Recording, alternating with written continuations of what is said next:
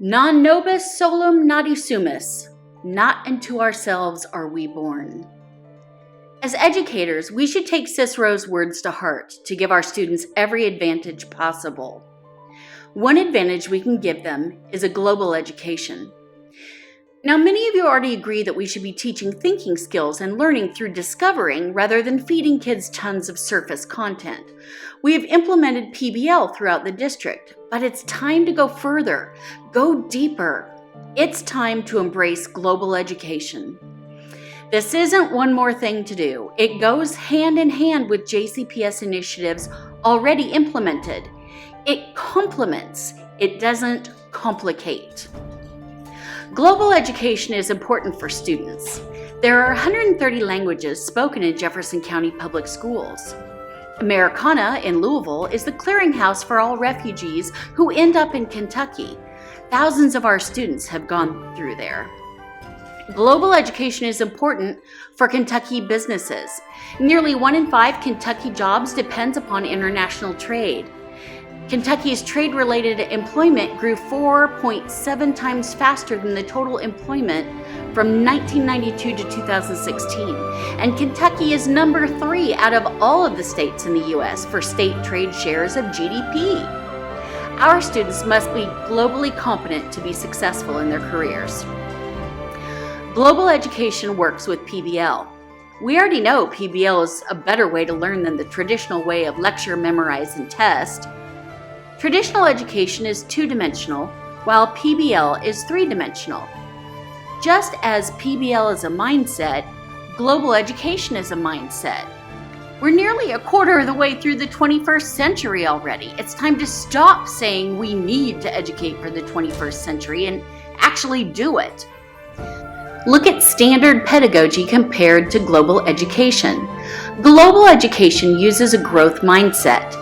It's active, it is inclusive, it is creative, and it is diverse. What's the difference between mindsets and skill sets? Well, mindsets can be used in any situation, while skill sets are unique to one situation. Mindsets can grow with the student. Mindsets get skill sets to stick. Global education has a natural connection with cross-curricular opportunities. Any grade or subject can use a global lens through which to teach their subject, from water quality and science to women's equality in ELA, healthy foods in PE, to calculating the amount of plastics in the ocean in math. Global education works to help implement our racial equity policy. Look at the developmental model of intercultural sensitivity. We hope to use our racial equity policy to move our students from denial or defense to adaptation and integration. Global education moves students from self-awareness to global awareness. We want our students to move from the individual self-awareness continuum to the collective awareness continuum. There are 4 domains to global education: investigate the world, recognize perspectives, communicate effectively, and take action. These are similar to the JCPS backpack of success areas. Global education can only strengthen every area that's important in our district: PBL, racial equality, and backpack defenses. There are many websites that contain ideas, information, full lesson plans, and more to help teachers get started.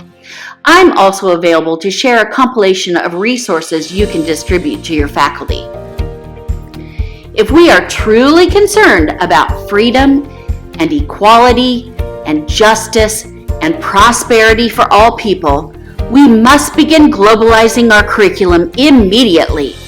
I am asking you, the principal leaders of our great district, to have every teacher at your school, regardless of grade or subject, complete at least 2 global lessons in the 2021-22 school year. They can be as small as an activity or as grand as a cross-curricular unit. Let's give our kids the world.